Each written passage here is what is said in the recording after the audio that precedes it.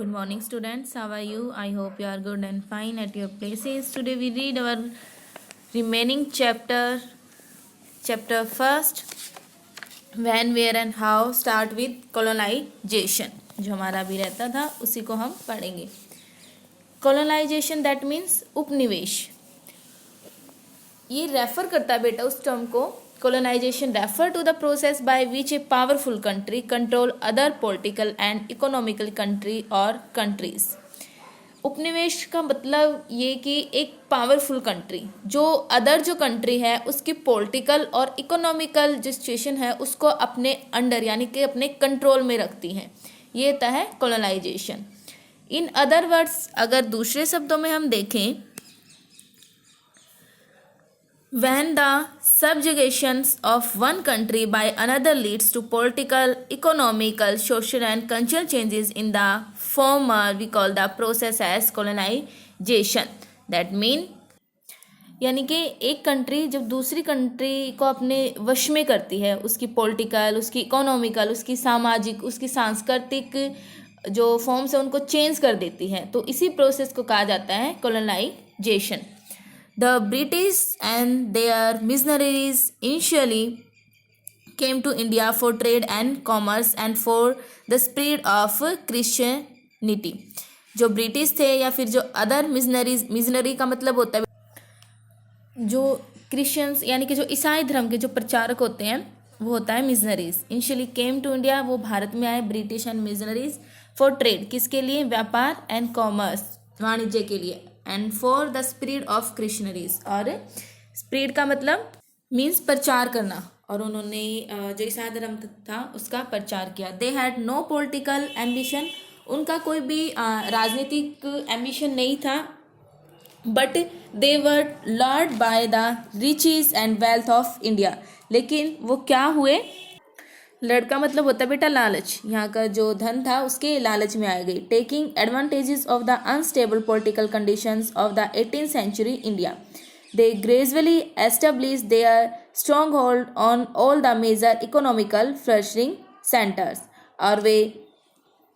और धीरे धीरे उन्होंने जो इकोनॉमिकली सेंटर्स थे उन पर अपना अधिकार जमाना शुरू किया. You will study later on as to how, और आप बाद में पढ़ोगे ये कैसे. After the battles of Plassey के लड़ाई के बाद 1757 में हुई थी, एंड बक्सर, और जो बक्सर की जो लड़ाई थी, जो बैटल था वो कब हुआ था? 1764. The Indian economy was transformed from a surplus and self sufficient economy to a colonial economy.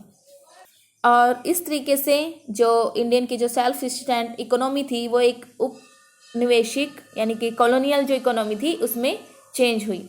In this वे, और इस तरीके से India become a British colony in the 18th century, और जो भारत था वो ब्रिटिश कॉलोनी बना 18th century में, यानी कि अब उस पर जो कंप्लीट कंट्रोल था ब्रिटिश गवर्नमेंट का. नेक्स्ट टॉपिक है बेटा इसमें सोर्सेज ऑफ हिस्ट्री, यानी कि इतिहास के स्रोत क्या है. Clues and evidence on the basis of which we write history. Clues जो एविडेंस होते हैं, जो सबूत होते हैं, basis of which we write history, वो बेसिस होते हैं जो हम हिस्ट्री में लिखते हैं, are known as source of history, और उन्हीं को जाना जाता है हिस्ट्री के sources. Historians use different types of sources to learn about the past, और जो हिस्टोरियन रहे हैं उन्होंने अलग अलग टाइप के जो सोर्सेज हैं उनका यूज़ किया है पास्ट को जानने के लिए. But the sources that they choose depend upon the period of their study and the nature of their investigation. लेकिन उन्होंने they choose depend upon the period,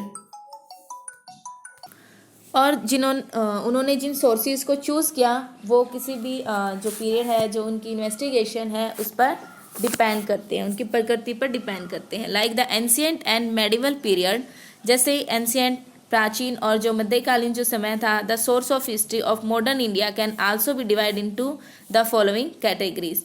जैसे हमने जो हिस्ट्री के सोर्सेज थे एंशियंट एंड मेडिवल पीरियड के उनको देखे थे, सेम वैसे ही जो मॉडर्न इंडिया की जो हिस्ट्री है उसके सोर्सेज हैं जो अलग अलग कैटेगरीज में जिनको डिवाइड किया गया. फर्स्ट है इसमें official record. Official record of the British administrations are an important source for the study of modern period.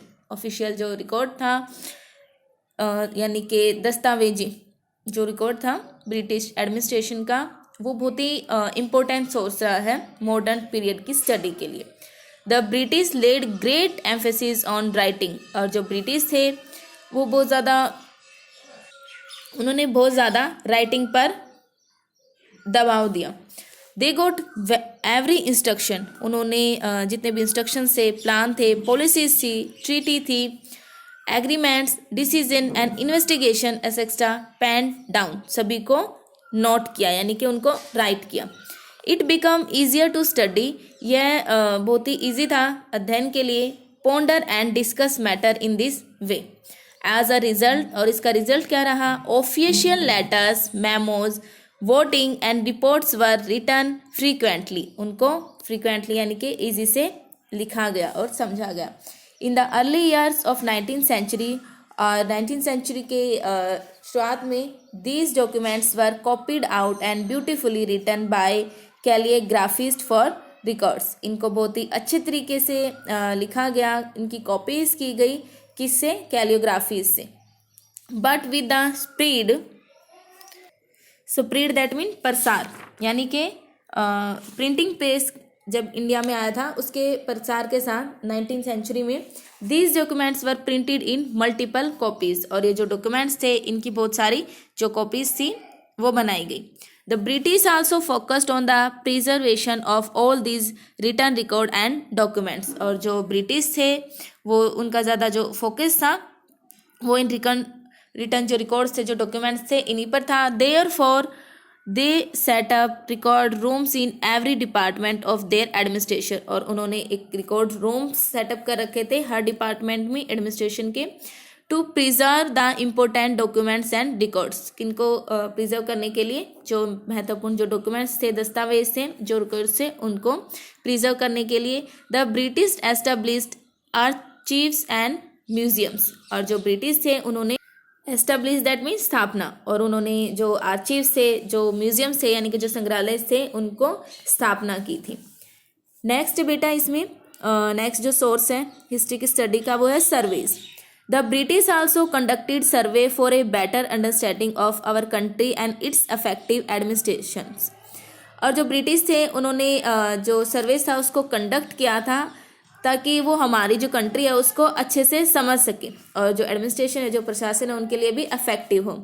Revenue surveys, botanical surveys, जिनमें से कुछ सर्वेज हैं like revenue surveys, botanical surveys, geological surveys, archaeological surveys, forest survey etcetera were carried out under the British, जो किससे carried किए जाते थे यानी किसके अंडर में थे, British. Revenue survey were conducted in the villages to know the topography, और जो रिवेन्यू जो सर्वे था उसके अंतर्गत किसी भी जो गांव था, कोई भी जो विलेज था, उसकी टोपोग्राफी, वहाँ की जो सॉइल की क्वालिटी है, फ्लोरा, वहाँ की जो वनस्पति है, fauna, local histories, cropping pattern, इन सब के लिए रिवेन्यू सर्वे था। From the end of the 19th century census operations were held after every 10 years, और 19th सेंचुरी की एंडिंग में सेंसस यानी कि जो जनसंख्या जो गणना है वो चलाया गया हर 10 साल में। The census gave a detail account of the total number of people, और जो सेंसिस थी, जो गणना थी, वो कंप्लीट जो डिटेल देती थी कि जो पीपल्स हैं वो कितने हैं एक कंट्री यानी कि इंडिया में, उनकी कास्ट, उनके religious, occupations and economic conditions, कि कितने धर्म के लोग रहते हैं, कौन सी जाति के लोग रहते हैं, क्या काम करते हैं, उनकी इकोनॉमिकल कंडीशन कैसे हैं।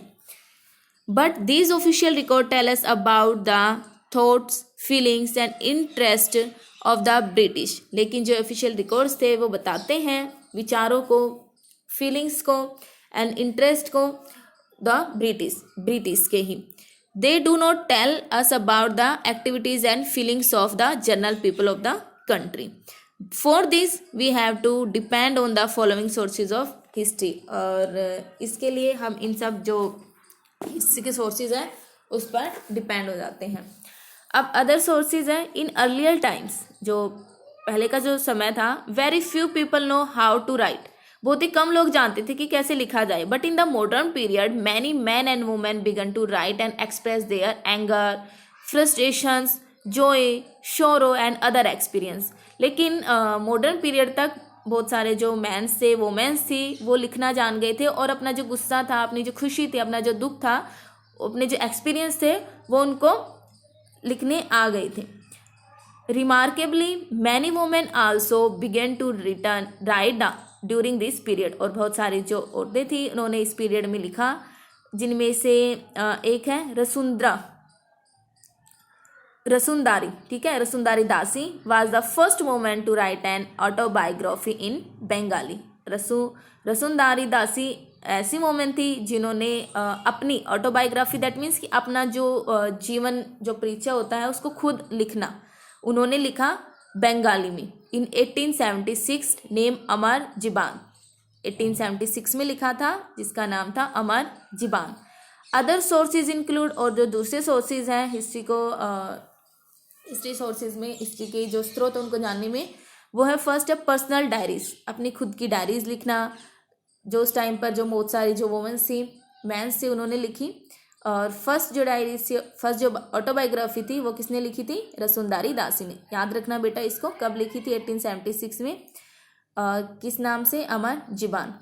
अकाउंट, नेक्स्ट पॉइंट है बेटा इसमें अदर सोर्सेज में, accounts of pilgrims and travellers, autobiographies of important personalities, popular booklets, newspapers, stories, poems and novels, book or newspaper covering ideas and feelings of political leaders and social reformers, journals, reviews, editorials and article in newspapers and magazines.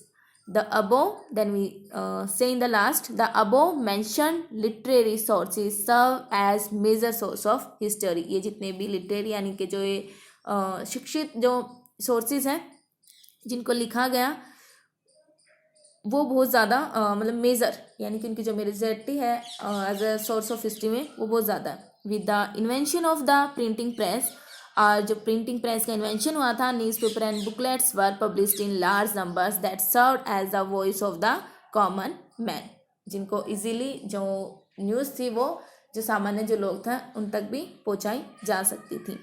यहाँ तक आपका जो chapter है वो complete होता है बेटा. इस वीडियो को अच्छे से सुनना ध्यान से. आज की क्लास में सिर्फ इतना ही. Be safe and careful, stay home.